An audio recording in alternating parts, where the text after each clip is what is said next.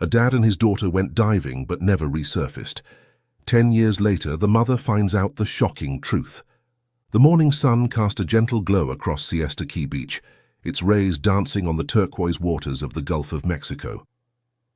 Elena Rivera walked barefoot along the powdery white sand, feeling each grain between her toes as memories flooded her mind. At 48, the former marine biologist's face showed the weathering of a decade of grief. Fine lines around her eyes that had once sparkled with scientific curiosity, now dimmed by years of uncertainty and loss. 10 years, a decade since her husband Daniel and 14-year-old daughter Kona had vanished beneath these same waters. The weather today was eerily similar. Clear skies, gentle breeze, perfect visibility, just like that fateful day when her family had gone diving and never returned. Elena paused, closing her eyes as the memories washed over her like the tide lapping at her ankles. She could still feel the cold dread that had settled in her stomach that day, waiting on their chartered boat.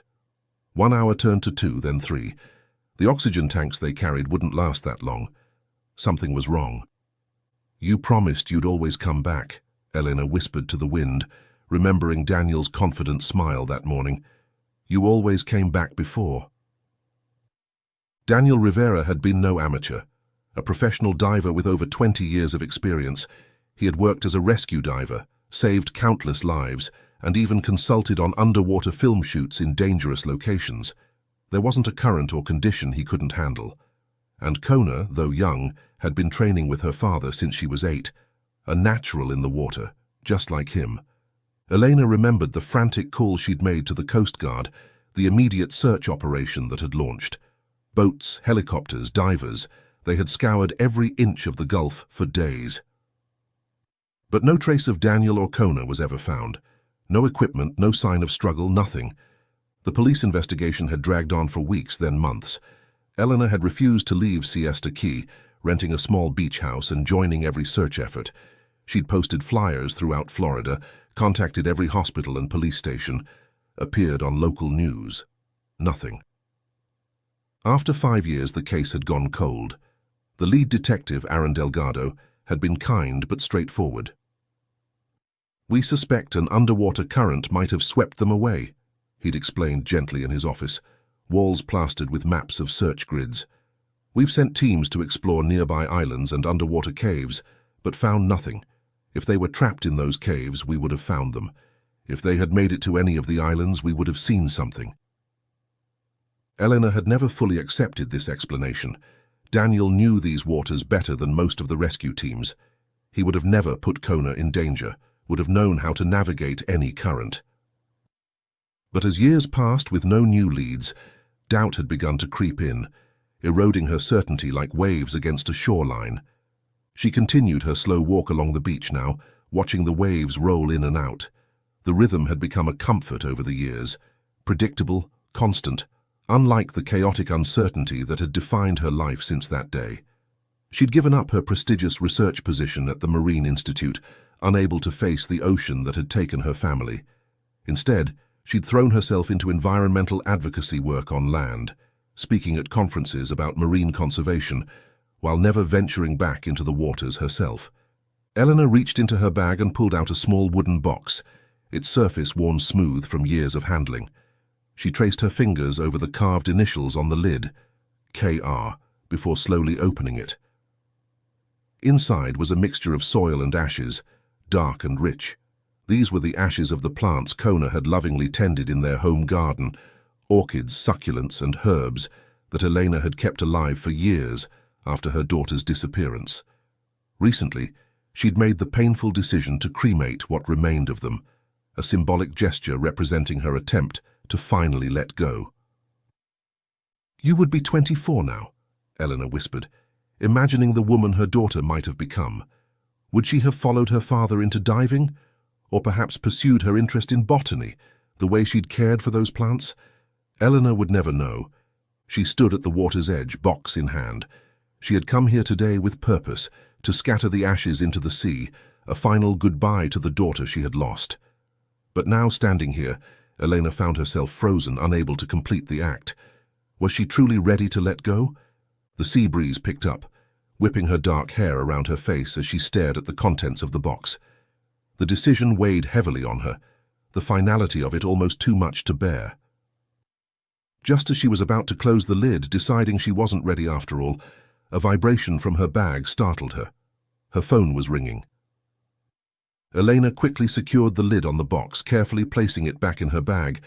She wiped away a tear with the back of her hand and took a steadying breath before reaching for her phone. Elena's hand trembled slightly as she retrieved her phone from her bag. The screen displayed a name she hadn't seen in months. Detective Aaron Delgado. Her heart skipped a beat. In 10 years, calls from the detective had become increasingly rare, and they never brought good news. Just confirmations of another dead end, another false lead. "Hello?" she answered, trying to keep her voice steady. "Elena, it's Aaron."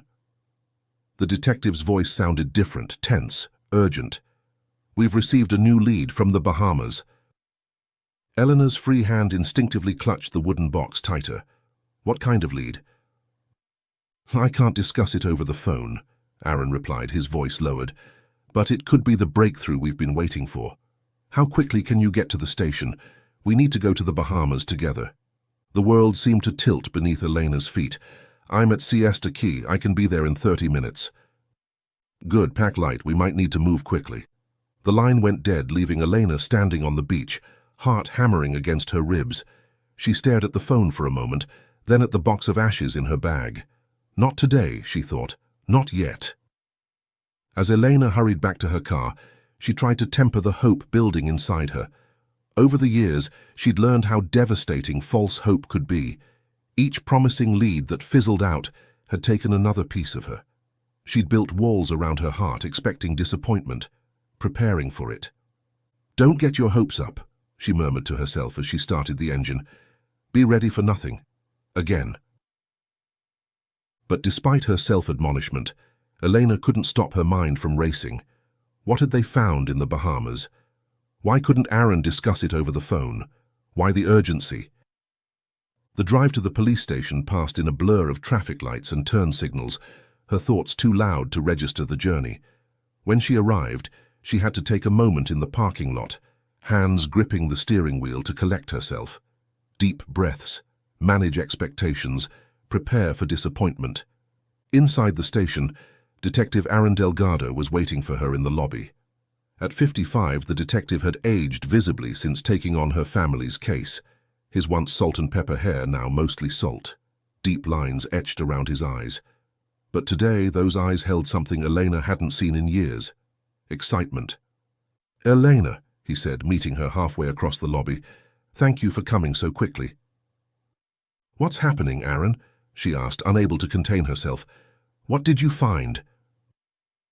Aaron glanced around the busy station. "Not here, follow me."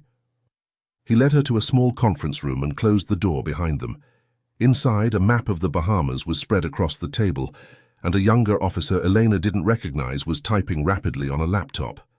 "This is Officer Martinez," Aaron introduced briefly.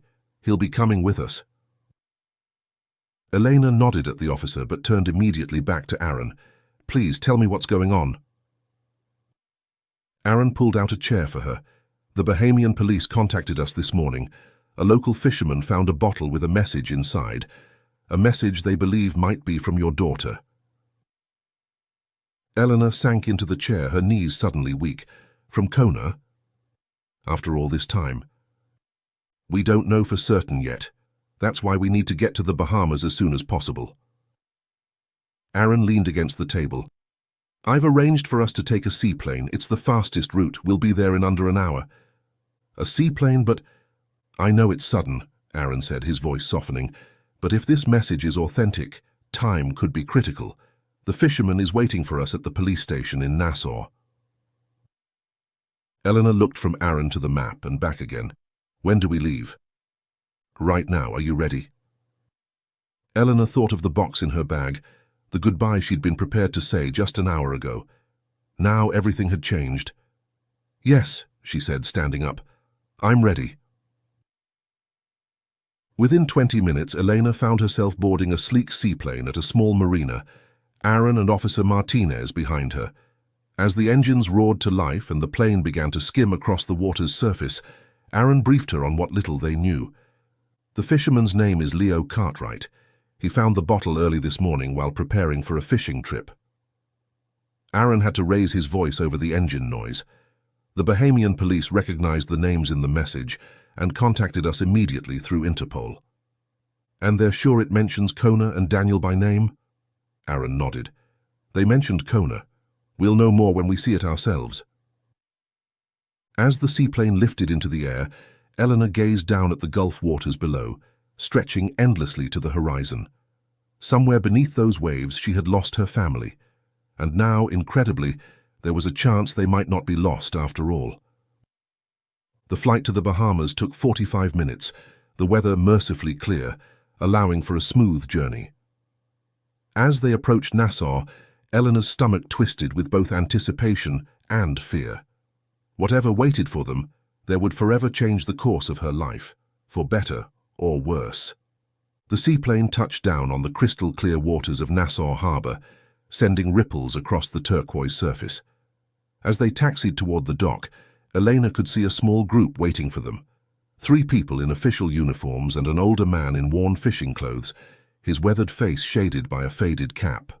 Once they had docked and disembarked, a tall man in an immaculate Bahamian police uniform stepped forward. "Detective Delgado? I'm Senior Officer James Wilson. We spoke on the phone." Aaron shook his hand. "Thank you for waiting, Officer Wilson. This is Elena Rivera and Officer Martinez." Officer Wilson nodded respectfully to Elena. "Mrs. Rivera, I understand this must be an extremely difficult time for you.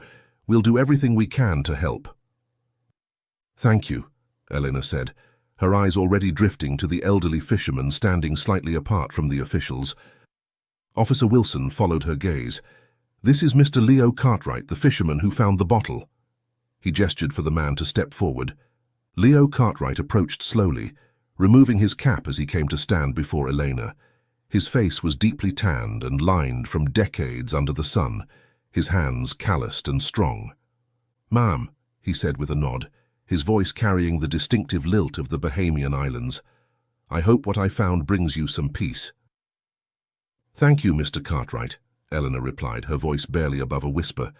Officer Wilson gestured toward a waiting police vehicle. "We should continue this at the station. The bottle and its contents are there, secured as evidence." The ride to the police station was mercifully short, though every minute felt like an eternity to Elena. Her mind raced with possibilities. What could the message contain? How old was it? Could Kona and Daniel still be alive after all this time? At the station, they were led to a small conference room where another officer waited with an evidence bag on the table. Inside was a clear glass bottle, its surface slightly clouded from time in the ocean, and a rolled piece of paper visible inside. Officer Wilson turned to Mr. Cartwright. "Could you please explain to Detective Delgado and Mrs. Rivera exactly where and when you found this?" The fisherman nodded. "I was out at Shroud Cay early this morning, just before sunrise. I was preparing my boat for the day's fishing when I noticed the bottle washed up on the shore. It caught my eye because it was so clean, not like most trash that washes up. When I picked it up and saw there was a message inside, well, I was curious." He shrugged. "I opened it and read what was written. When I saw it was a call for help, I brought it straight to the police." Officer Wilson took over. "When Mr. Cartwright brought this to us and we read the contents, we recognized the names from the International Missing Persons database. We contacted Interpol immediately, which led us to your department, Detective Delgado." Aaron nodded. "We appreciate your quick action. May we see the message now?" The paper was damp but intact, a page torn from what appeared to be a diving logbook, the kind Daniel had used religiously to record his underwater adventures. As Officer Wilson carefully spread it on the table, Elena's breath caught in her throat. The handwriting was unmistakable, slightly slanted with distinctive loops on the Y's and G's. "That's Kona's handwriting," she whispered, her fingers hovering inches above the paper. "That's definitely my daughter's writing." Aaron placed a supportive hand on her shoulder as she began to read. "To whoever finds this, my name is Kona Rivera."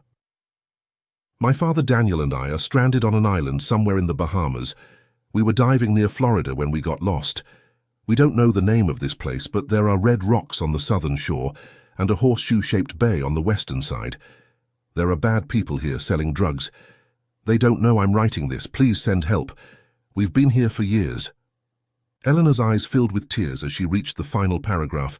"Mom, if by any chance of a miracle you read this, Papa still watches the stars even if I can't see them." At the bottom, Kona had signed her name, followed by a postscript that was partially smudged by water damage. "The red light only blinks on Thursdays."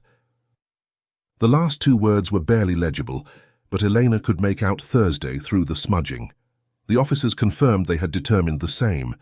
Tears streamed down Elena's face as she read the message again. Her hands trembled as she touched the edge of the paper, the closest thing to touching her daughter she'd experienced in 10 years. "She's alive," Eleanor said, her voice breaking. "Or at least she was when she wrote this." She looked up at Aaron, hope and fear warring in her expression. "But what does she mean about her father?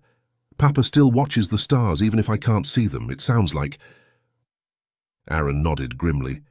"It could be a coded message suggesting Daniel has passed away, but it also confirms Kona was alive when she wrote this." "And the part about bad people selling drugs," Officer Wilson added. "That suggests they may be held captive by drug traffickers." Eleanor wiped her tears, newfound determination replacing her shock. "We need to find her immediately. The message warns of danger."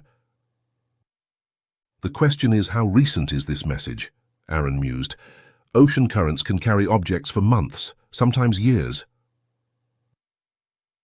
Everyone turned to look at Leo Cartwright, who had been quietly observing from the corner of the room.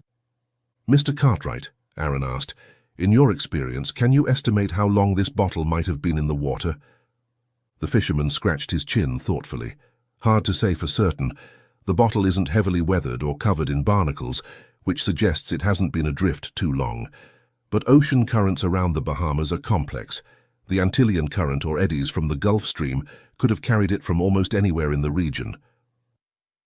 "What about these location clues?" Elena pressed. "Red Rocks and Horseshoe Bay. Do those sound familiar to you?" "Many of our cays have unique geological features," Cartwright replied. "Some have reddish rocks from iron deposits. As for Horseshoe Bays, there are several scattered throughout the Exumas and outer islands. Without more specific landmarks, it would take weeks to check them all." "We don't have weeks," Elena said firmly. "If Kona is being held by drug traffickers, she's in immediate danger." Detective Delgado turned to Officer Wilson. "What resources can the Bahamian authorities provide for a search operation?" "We'll coordinate with our drug enforcement units," Wilson replied. "They're familiar with known trafficking routes and hideouts. But I should caution you, if this message has been adrift for some time, the location may no longer be accurate. Traffickers move frequently to avoid detection."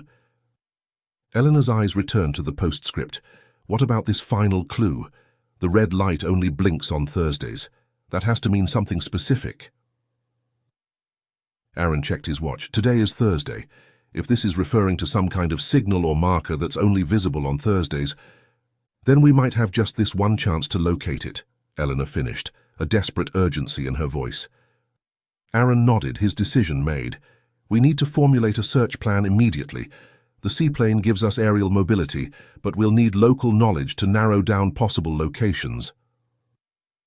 "I know these waters better than most," Leo Cartwright offered unexpectedly. "Been fishing them for over 50 years. If you're mounting a search, I'd like to help." Eleanor turned to the elderly fisherman, gratitude in her eyes. "Thank you, Mr. Cartwright. We'll need all the help we can get."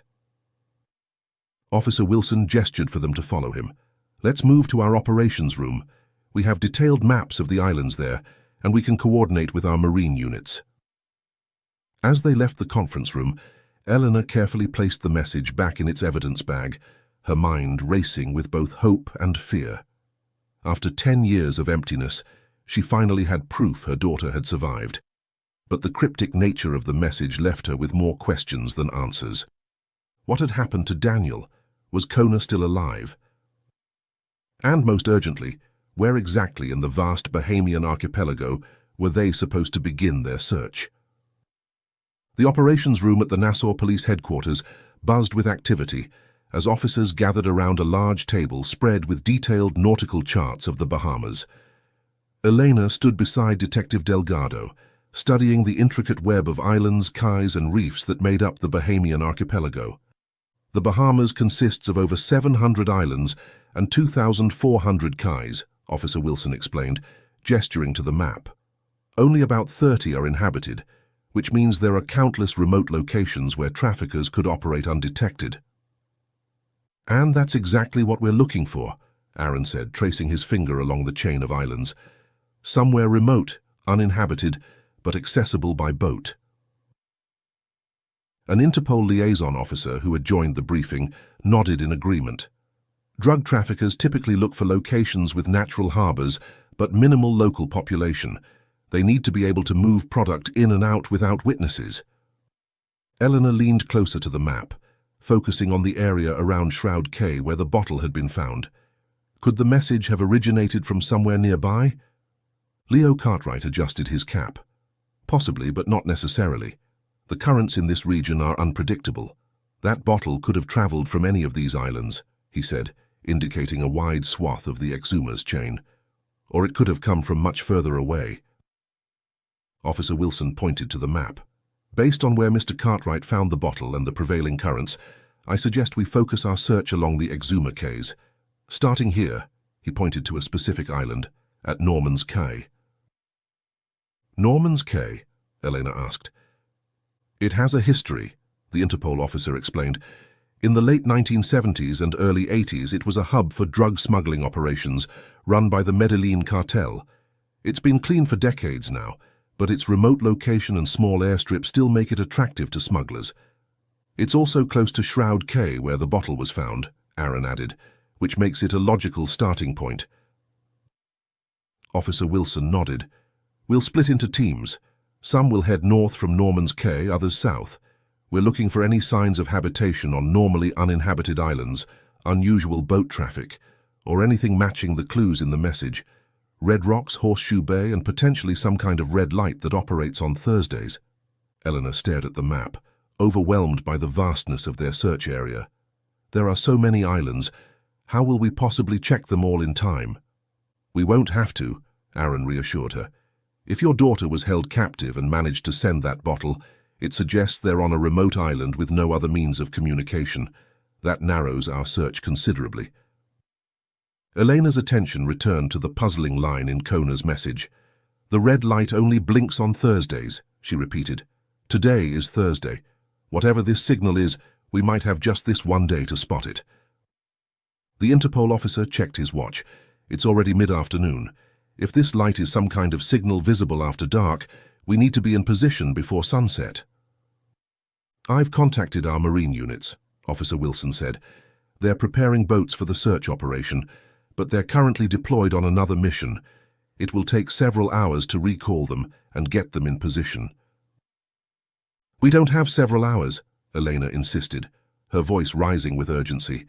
"If this is our only chance to find my daughter, we need to move now." Detective Delgado considered their options. "We have the seaplane. We could conduct an initial aerial reconnaissance of Norman's Cay, at least get eyes on the ground and see if there's anything suspicious."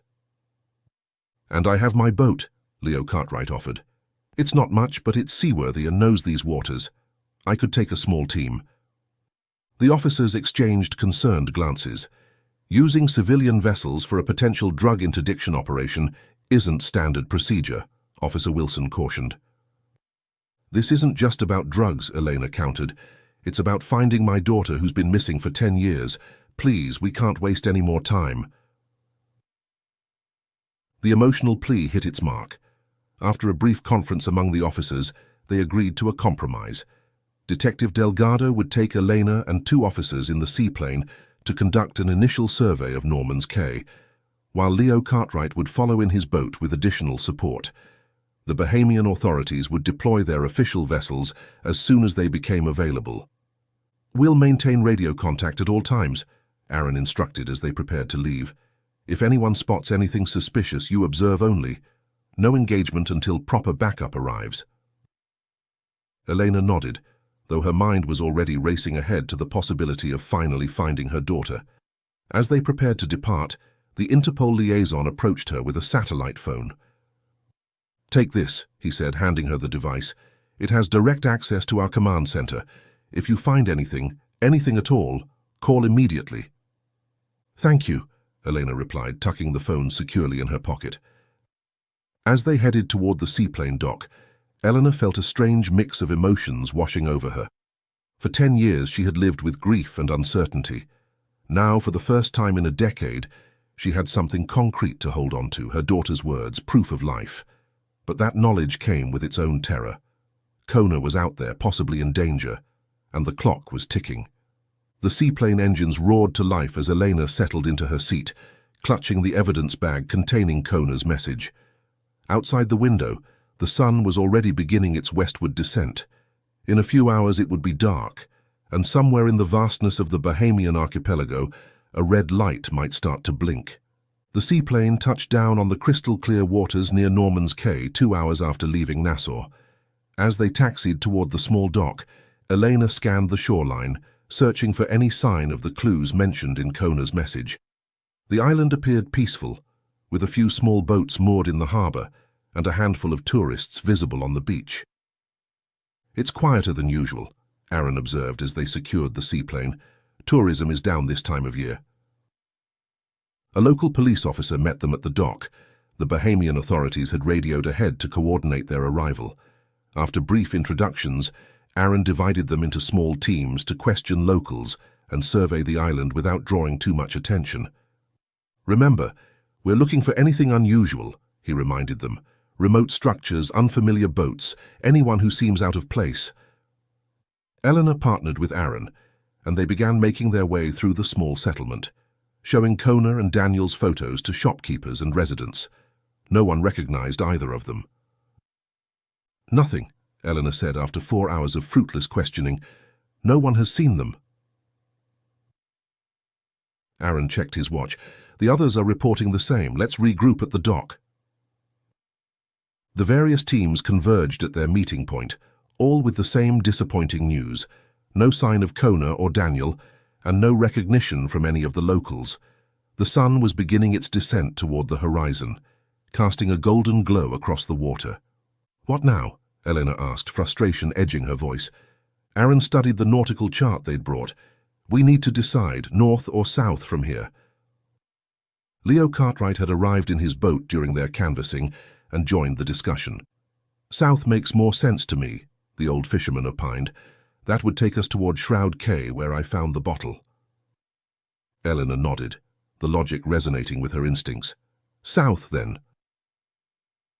As they prepared to board their respective vessels, Eleanor paused, something catching her eye in the sand near the water's edge.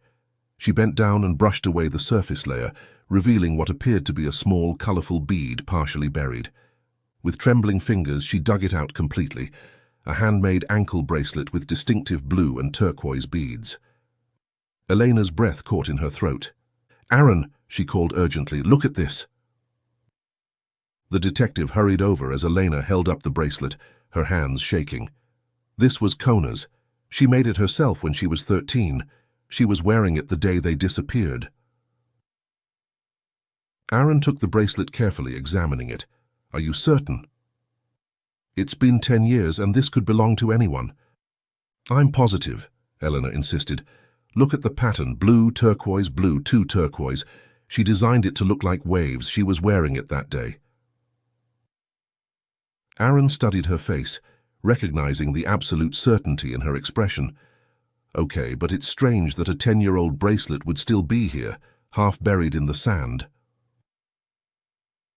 Eleanor scanned the beach, her eyes suddenly alert to every detail. She noticed a small structure set back from the shoreline, a weathered shack with a thatched roof, nearly hidden among the palm trees. "What about that building?" she asked, pointing. Aaron followed her gaze. "Let's check it out, but carefully." They approached the shack cautiously, Aaron signaling to 2 of his officers to circle around the back. When they reached the door, Aaron knocked firmly. No response. One of the officers peered through a small, dusty window. It's dark inside, but I can make out what looks like stacks of boxes and sacks. Doesn't look like anyone's living here, more like it's being used for storage. Aaron exchanged glances with his team. We don't have probable cause to enter without permission. Let's see if we can find the owner or someone who knows about this place. As they began to step away from the shack, Eleanor noticed movement from the corner of her eye. A teenage boy, no more than 16, was approaching the shack with headphones on, seemingly unaware of their presence.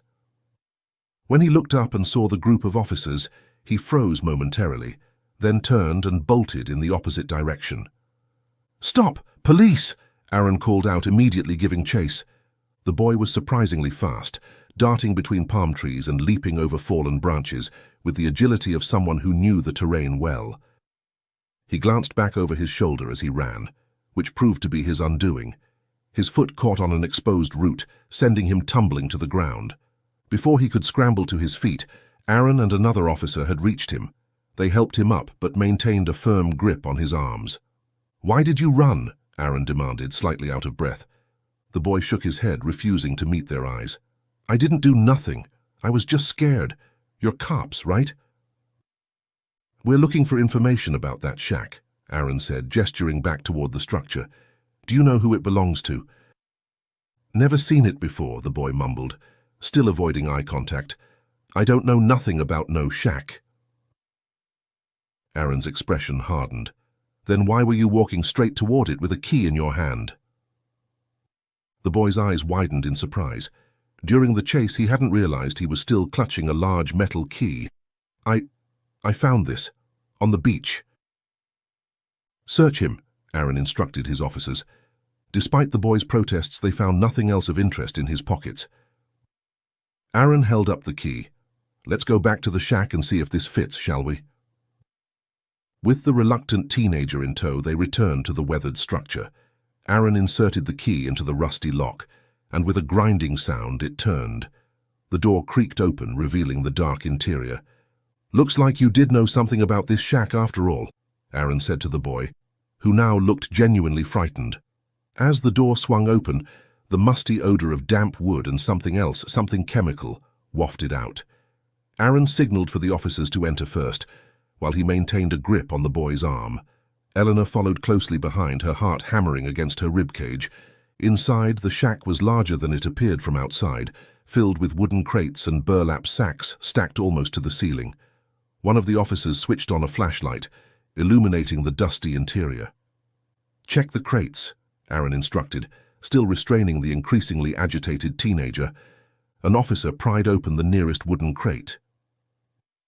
"Coconuts," he reported, revealing dozens of the brown fruits packed tightly together. "And the sacks?" Another officer slit open one of the burlap bags. "Looks like coral rocks? Some kind of mineral samples." Aaron narrowed his eyes, surveying the cramped storage space. "Keep looking." Something doesn't add up. As the officers continued their inspection, Aaron turned his attention back to the trembling boy. "What's your name?" "Miguel," the boy muttered, eyes darting around the shack. "Miguel, you're in a lot of trouble right now," Aaron said firmly, "but things will go better for you if you cooperate. What's really in these crates and sacks?" Miguel shook his head vehemently. "Just what they said, coconuts and rocks. I just watched the place, that's all." One of the officers called out from the back of the shack, "Detective, you need to see this." He had removed several layers of coconuts from a crate, revealing carefully packaged bricks of white powder nestled in the center. Similarly, another officer had emptied a sack of coral rocks to find sealed packages hidden within the mineral samples. "Cocaine," Aaron confirmed after a quick inspection. "Looks like a significant operation." He immediately reached for his radio, contacting the Bahamian authorities. "This is Detective Delgado. We've located a drug storage facility at Norman's Cay, requesting immediate backup and forensic support." After receiving confirmation that units were on their way, Aaron turned his full attention to Miguel, who now looked pale with fear. "Last chance to help yourself, kid. Where is your group operating from? And have you seen this woman or man?" He showed Miguel the photographs of Kona and Daniel. Miguel's eyes flicked to the photos, then away. I don't know nothing about no drugs. I'm just the key holder. I watch the shack, that's all. Please don't hurt me. Elena stepped forward, her eyes pleading. Please, Miguel, the girl in the photo is my daughter. She's been missing for 10 years. If you know anything at all, please tell us. The boy's resistance began to waver under Elena's emotional appeal. Before he could respond, however, the door burst open as Bahamian police officers flooded into the shack, led by Officer Wilson and the Interpol liaison. Secure the scene, Officer Wilson commanded, and get forensics in here immediately. In the commotion that followed, Miguel was separated from Elena and Aaron, taken to a corner of the shack for formal processing. The Interpol officer approached them with a grim expression. We've been tracking a cartel operating in this region for months, he explained, but we never had a solid lead on their storage locations. This could be the breakthrough we needed. What about my daughter? Elena pressed. Could she be connected to this operation? It's possible, the Interpol officer acknowledged. Drug trafficking groups sometimes use kidnapped individuals for forced labor. If your daughter and husband stumbled upon their operation 10 years ago... Elena's face paled at the implication. Officer Wilson joined them, having overheard the conversation. We've separated the boy from the others. He seems frightened enough that he might be willing to talk, especially if we offer some leniency. Let me try, Elena suggested. He's just a kid and he seemed to react when I mentioned Kona. After a brief discussion, the officers agreed to allow Elena and Aaron to interview Miguel, with Officer Wilson present. They moved to a quieter corner of the shack, away from the bustling activity of the evidence collection. Miguel sat on an overturned crate, handcuffed and looking miserable. He glanced up as Elena approached, then quickly looked away. Miguel, she began gently, I'm not interested in getting you in trouble. I just want to find my daughter. Please, if you've seen her or know anything about her, tell me. The boy remained silent, staring at his shoes. Officer Wilson leaned in. Listen, son. You're in serious trouble here. Possession and distribution of narcotics carries heavy penalties. But if you cooperate, tell us what you know about this operation and these missing people. We might be able to help you. Miguel's shoulders slumped. I've seen her, he finally mumbled. I'm sorry for lying. I've seen her. Elena's heart leaped. Kona? You've seen Kona? Where? The woman in the picture, Miguel clarified. But they moved her. They keep moving, never stay in one place too long. When did you last see her? Aaron pressed. Couple months ago, maybe. Miguel shrugged. They don't tell me much. I'm just a lookout. Elena pulled out the photo of Daniel. What about him? Have you seen this man too? Miguel's expression changed subtly, a flicker of recognition quickly suppressed. He hesitated before answering. Him? No, don't think so. Aaron caught the hesitation. Miguel, we can tell when you're lying. What do you know about this man? The boy fidgeted, avoiding their gaze. After a long moment of silence, he finally spoke, his voice barely audible.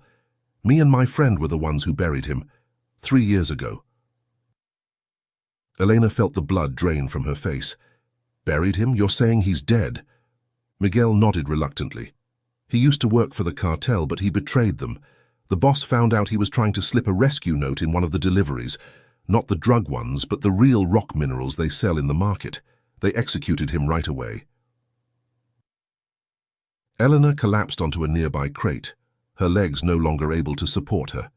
The confirmation of what she had feared, what Kona's cryptic message had suggested, hit her like a physical blow. Daniel was gone, had been gone for years while she continued to hope. Where? She managed to ask through her grief. Where did you bury him? Miguel pointed toward the sea. We didn't bury him on land. The boss made us tie rocks to his legs and drop him in the deep water. Said that way no one would ever find him. Aaron placed a supportive hand on Elena's shoulder as she struggled to process this devastating information. Do you remember where exactly? The boy shook his head. It was at night, somewhere off one of the outer quays. I couldn't tell you which one now. Officer Wilson stepped in. Miguel, we need to know where they're keeping the woman, Kona. Lives are at stake here. Miguel looked genuinely frightened. I don't know exactly. They move around, but... He hesitated. There's something about Thursdays. That's when they do the big transfers. Elena's head snapped up. The red light only blinks on Thursdays, she quoted from Kona's message. Yeah, Miguel nodded. They use red signal lights for the boats coming in with product.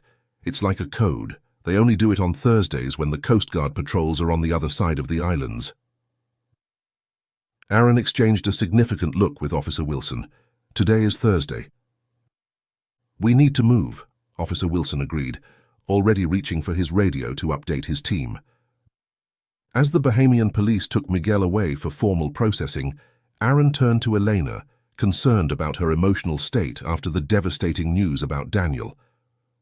Elena, maybe you should return to Nassau with the next transport. This operation could become dangerous, and you've just received traumatic news. Elena wiped away her tears, a new determination hardening her features. I've been searching for 10 years, Aaron. I'm not stopping now, not when we're so close. Kona is still out there. She needs me.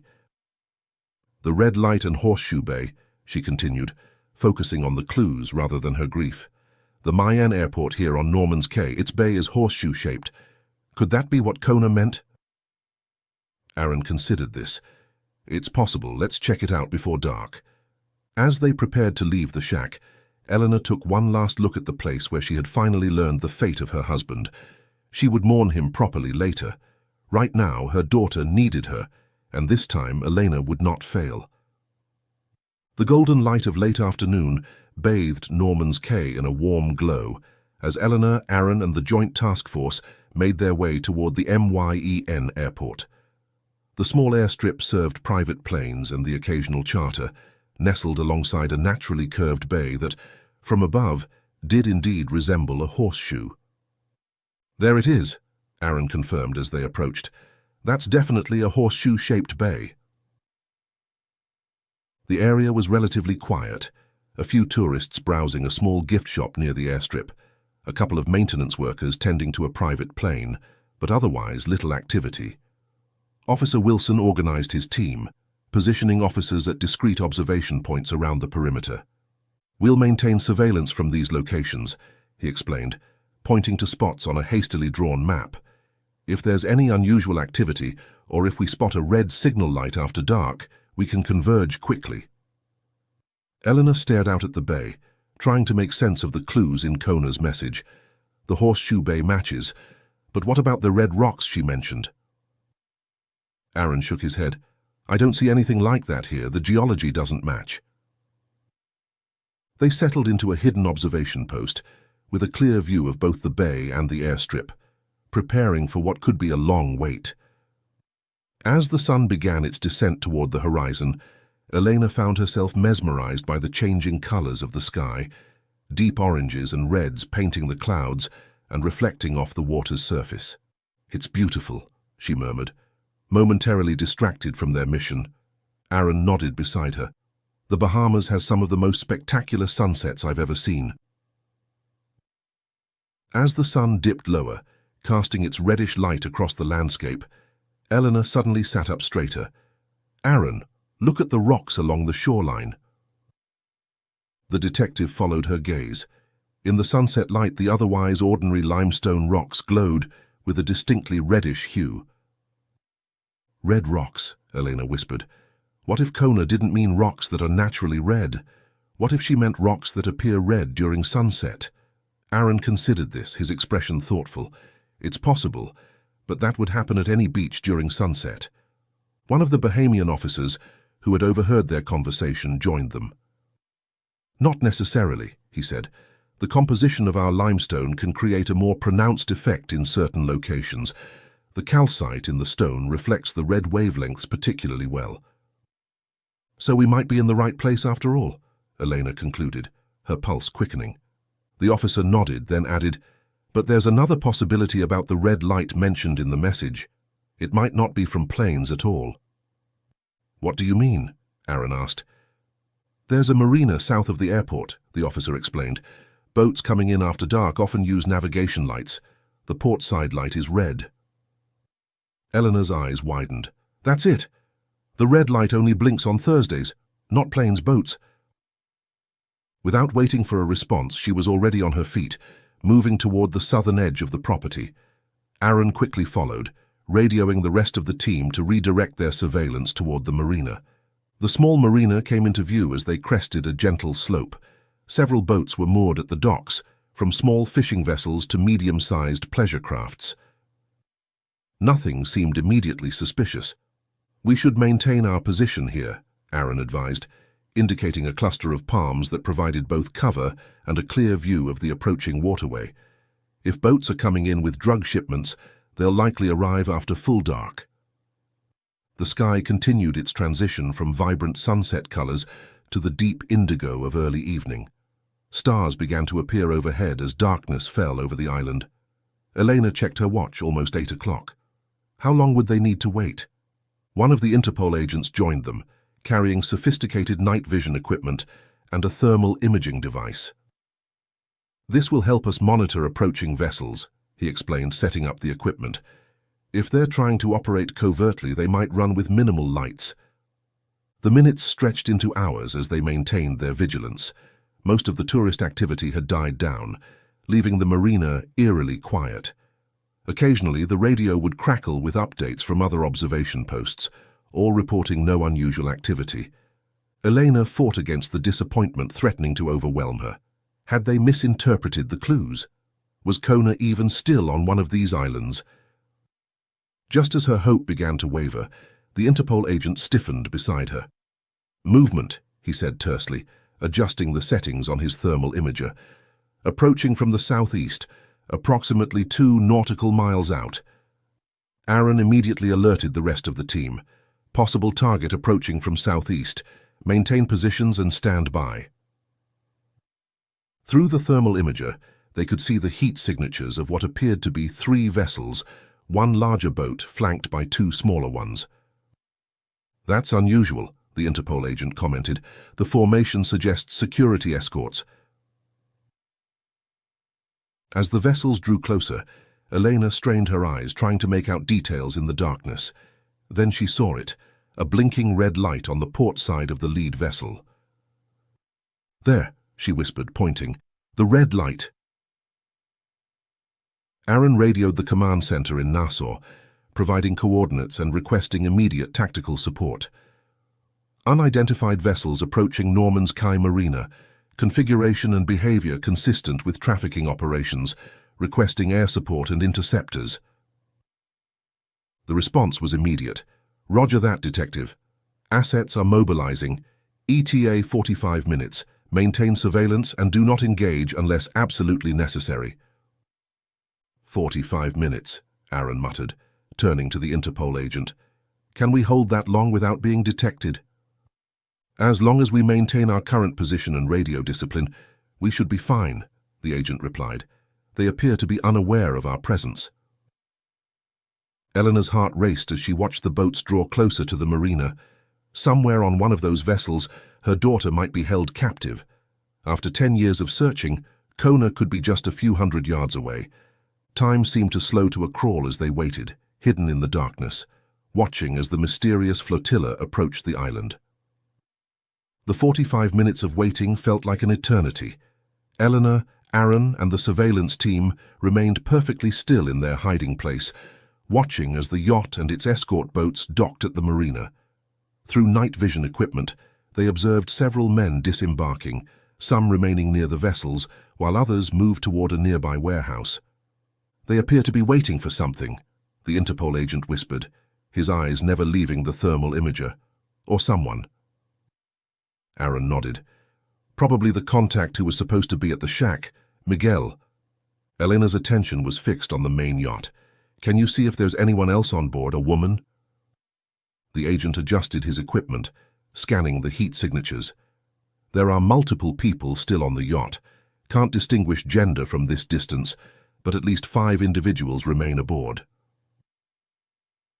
Minutes ticked by as the men on the dock grew visibly agitated, checking watches and making calls on satellite phones. Through their earpieces, Elena and Aaron could hear updates from the Nassau Command Center. Tactical teams were inbound, approaching with lights and engines dark to maintain the element of surprise. Suddenly there was movement at the marina entrance. 3 teenage boys, roughly the same age as Miguel, approached the waiting men. A brief, tense conversation ensued, with animated gestures from both parties. "They're telling them about the raid at the shack," Aaron surmised, watching the body language of the group. "See how those men are reacting." Indeed, the news seemed to cause immediate alarm. The men began shouting orders, and within moments there was a flurry of activity as they rushed back toward the boats. "They're preparing to leave," the Interpol agent reported urgently. "Support teams are still 15 minutes out." Aaron made a split-second decision. If they leave now, we lose them, and potentially Eleanor's daughter. We need to delay them somehow. Before anyone could respond, movement on the yacht caught Elena's attention. A woman was being forcibly brought onto the deck by 2 men.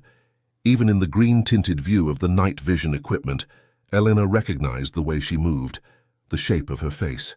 "That's her," she gasped, clutching Aaron's arm. "That's Kona." Through the thermal imager, they could see that Kona was struggling against her captors, apparently trying to disembark while they attempted to force her back below deck.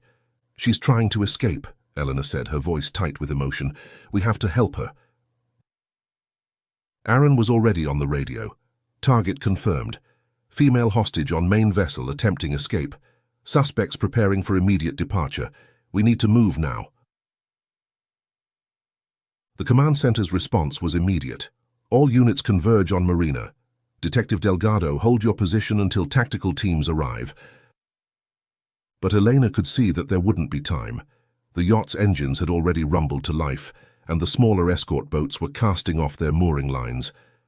"They're leaving," she cried. "We can't wait." Before Aaron could stop her, Elena had darted from their hiding place, racing toward the marina docks. Aaron cursed under his breath, then signaled to the rest of the surveillance team. "Move in. All units move in now." What followed was chaos. Police officers emerged from multiple hiding spots around the marina, weapons drawn, shouting commands to stop. The smugglers, caught by surprise, reacted with panic, some raising hands in surrender, others drawing weapons of their own. The first shots were fired from one of the smaller boats, sending officers diving for cover. The Bahamian police returned fire, focusing on the armed threats while attempting to minimize risk to any potential hostages. Elena had taken cover behind a stack of fuel drums, her eyes fixed on the yacht where she had seen Kona. Through the confusion and gunfire, she could make out figures moving on the deck, including her daughter, still struggling with her captors. "Elena, stay down!" Aaron shouted, moving to her position in a crouched run, and found somewhere safer than these fuel drums. "We have to get to that yacht," she insisted, pointing toward the vessel that was now slowly pulling away from the dock. Above them, the distinctive sound of helicopter rotors cut through the night as aerial support arrived from Nassau. Powerful searchlights illuminated the marina, catching the escaping yacht in their beams. The smaller escort boats, seeing they were outgunned and surrounded, quickly surrendered. But the yacht continued its attempt to escape, accelerating away from the dock. "They're getting away," Elena cried, watching the distance between the dock and the yacht growing. Suddenly, there was a tremendous roar as seaplanes descended from above, their pontoons sending up massive sprays as they landed strategically to block the yacht's escape route. From the seaplanes, tactical officers deployed rapidly, some diving into the water to approach the yacht from multiple angles. Caught in the crossfire and with no clear escape, the yacht finally cut its engines. Through the searchlights, Elena could see men on the deck with their hands raised in surrender. "They've given up," Aaron confirmed, listening to the radio chatter. "Tactical teams are boarding now." Elena held her breath as she watched the officers methodically securing the vessel. Minutes that felt like hours passed before Aaron's radio crackled again. "Vessel secure. All suspects in custody. We have 3 hostages, 2 male, 1 female, all alive." Elena sagged against the fuel drums, relief washing over her in a wave that left her trembling. Aaron helped her to her feet, supporting her as they made their way toward the dock where the yacht was being brought back in. As they approached, Eleanor scanned the deck frantically, searching for her daughter among the people being helped ashore by officers. And then she saw her, a slender woman with familiar eyes, now 24 instead of 14, but unmistakably Kona. Their eyes met across the dock, and for a moment both seemed frozen in disbelief. Then Kona broke away from the officer escorting her and ran toward Elena, colliding with her mother in an embrace so fierce it nearly knocked them both off their feet. "Mum," Kona sobbed, her face buried in Elena's shoulder. "You found me. You actually found me." Eleanor could not speak through her tears, could only hold her daughter tightly, afraid that if she let go, Kona might disappear again. Around them, the operation continued, suspects being handcuffed and led to waiting vehicles, evidence being collected, statements being taken. But for Elena and Kona, the world had narrowed to just the two of them, reunited after an unimaginable decade apart. After what seemed like both an eternity and not nearly long enough, Aaron gently approached them. "I'm sorry to interrupt," he said softly, "but we need to get you both to safety. We can continue to the police station in Nassau." Eleanor nodded, finally finding her voice. "Yes, of course." She kept one arm firmly around Kona as they were led toward one of the seaplanes. As they walked, Kona looked up at the night sky, now clearing after the chaos, stars twinkling against the darkness. "Dad always believed you'd find us," she whispered. "Even when I started to lose hope, he never did." Eleanor squeezed her daughter's shoulders, feeling both the joy of their reunion and the fresh pain of confirmed loss. "I know, sweetheart, I know." The seaplane journey back to Nassau seemed both instantaneous and eternal. Elena couldn't take her eyes off Kona, studying every detail of her daughter's face, the girl she remembered now transformed into a young woman. The changes were profound, the childish roundness of her cheeks replaced by defined cheekbones, her once bright eyes now carrying a depth and wariness that spoke of hardship beyond her years. They sat close together, hands clasped tightly, neither willing to break physical contact. Words seemed inadequate for the moment, so they simply held each other, the steady drone of the seaplane engines providing a backdrop to their silent reunion. When they landed in Nassau, the harbour was alive with activity despite the late hour. Police boats with flashing lights, media vehicles with satellite dishes, and a crowd of officials waiting at the dock. Aaron helped them disembark, shepherding them through the crowd with a protective arm. "We'll take you directly to the station," he explained. "There are medical personnel waiting to check you both, and then we'll need statements." At the Nassau Police Headquarters, Elena and Kona were led to separate rooms. A necessary procedure, Aaron explained, to ensure their testimonies weren't influenced by each other's recollections. Elena wanted to protest, to insist that she wouldn't be separated from her daughter again, but the logical part of her brain understood the necessity. "It will just be for a little while," Aaron assured her, "and then you'll be reunited." In a small, comfortable interview room, Eleanor sat across from Aaron and an Interpol officer. They explained the process ahead. Her statement would be recorded, followed by discussions about what would happen next with the investigation and their return to Florida. "Before we begin," Aaron said gently, "I should tell you what we know so far about the operation we just disrupted." Elena nodded, trying to focus through the emotional exhaustion. "The man we arrested on the yacht is Rafael Tassau, the leader of a drug trafficking organization that's been operating between the Bahamas and Florida for nearly 2 decades, Aaron explained. "He's managed to stay under the radar by keeping his operation relatively small and avoiding the flashier tactics of larger cartels." "And my family." "How did they get involved with him?" Eleanor asked, her voice tight. Aaron's expression was sympathetic. "From what we've gathered from the initial statements of those arrested, your husband and daughter were simply in the wrong place at the wrong time. They were diving near a remote quay where Tassau's organization was conducting a transfer. They were spotted coming ashore and were captured as unwanted witnesses." Eleanor closed her eyes briefly, the cruel randomness of it all hitting her anew. One decision, to explore that particular spot on that particular day, had altered all their lives irrevocably. "What happens now?" she asked. "Tassau and his associates will face multiple charges: drug trafficking, kidnapping, forced labor, and, in Daniel's case, murder," the Interpol officer replied. "The evidence is overwhelming, and several of the lower-level members are already cooperating in exchange for reduced sentences." "As for you and Kona," Aaron added, "once we've completed the formal statements, we'll arrange transportation back to Florida. Kona will need comprehensive medical evaluation and likely psychological support. The trauma she's experienced—" He trailed off, not needing to elaborate. Elena nodded, understanding the long road ahead. "I want to help her however I can, whatever she needs."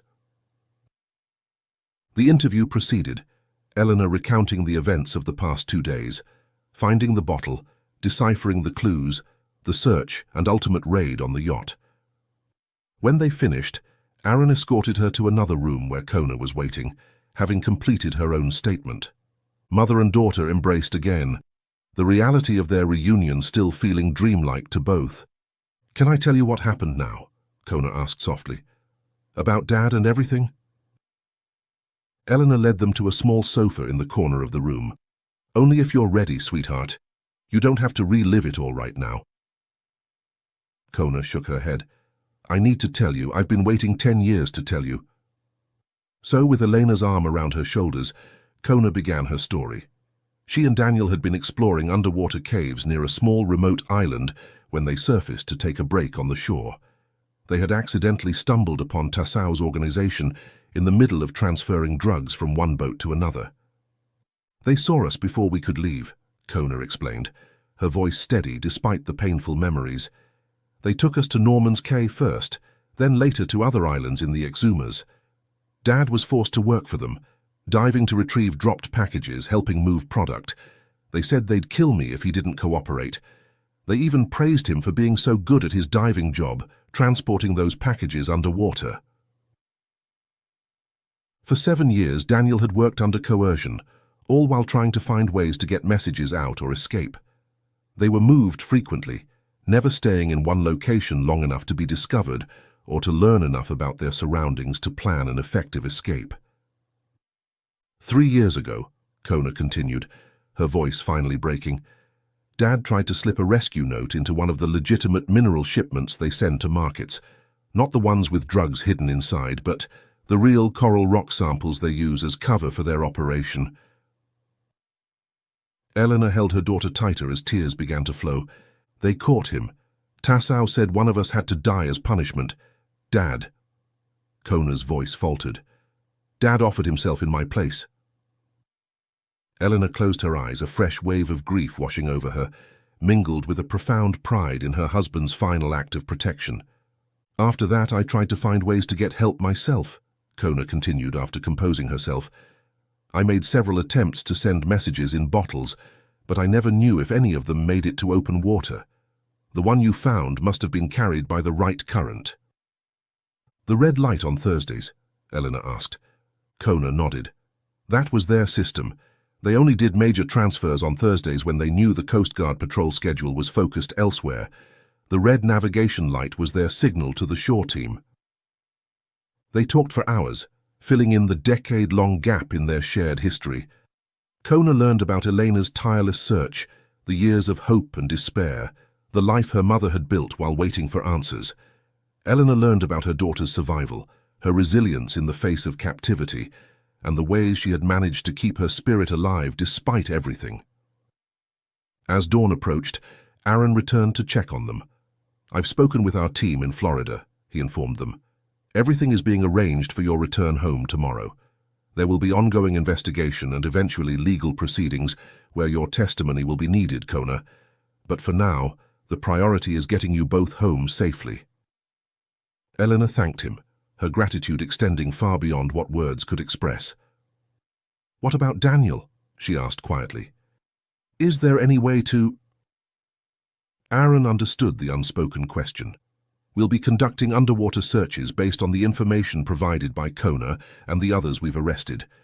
If we can bring him home, we will." Later that morning, As Elena and Kona prepared to rest in the temporary accommodations provided by the Bahamian authorities, they stood together by a window overlooking the harbor. The rising sun cast a golden glow over the water, the beginning of a new day, and for them, a new chapter. "I still can't believe you found me," Kona whispered, leaning against her mother's shoulder. "I never stopped looking," Elena replied, kissing the top of her daughter's head. "Not for a single day." "What happens now?" Kona asked, uncertainty in her voice. "I don't even know what home is anymore." Elena turned to face her daughter, gently cupping her face between her hands. "Home is where we're together," she said firmly. "Everything else, the house, the city, the details, we can figure out as we go, but you're not alone anymore, and neither am I." She opened her bag and showed her the ankle bracelet she found. "This led me to you." Kona took the bracelet, a faint smile tugging at her lips. "I threw this away. I don't know, 3 or 4 months ago, right after I nearly gave up. It was a few months after I sent the message in the bottle. Dad used to say that to me. Home isn't a place, it's people. Whenever I got scared we'd never make it back to Florida. But after he died, and still no one came, I lost hope. They've been forcing me to dive to replace him for years to help move the drugs. And I did. I convinced myself that even if you or the police ever found me, they'd just see a criminal. Everything became a blur. I didn't know what to believe anymore." Elena opened her arms and Kona rested her head on her chest. "You're not a criminal, my love, and your father was right. Home is the people," Elena agreed, her heart aching with love for her husband even in his absence. "And he'll always be with us wherever we go from here." As they stood watching the sunrise, Elena reflected on the journey ahead. There would be challenges. Kona's reintegration into a world that had continued without her for 10 years, the psychological healing she would need, the legal process that would require them to revisit painful memories. But for the first time in a decade, they faced the future together. The small wooden box with the ashes of Kona's plants still sat in Elena's bag, untouched since that moment on Siesta Key Beach when her phone had rung. She would keep it now, not as a memorial to what was lost, but as a reminder of the journey that had brought them back together. A symbol not of goodbye but of perseverance, hope, and the unbreakable bond between them. In the face of unimaginable odds, against the backdrop of tragedy and loss, they had found their way back to each other. And in that reunion, despite everything they had endured, they had found something precious and rare, a second chance.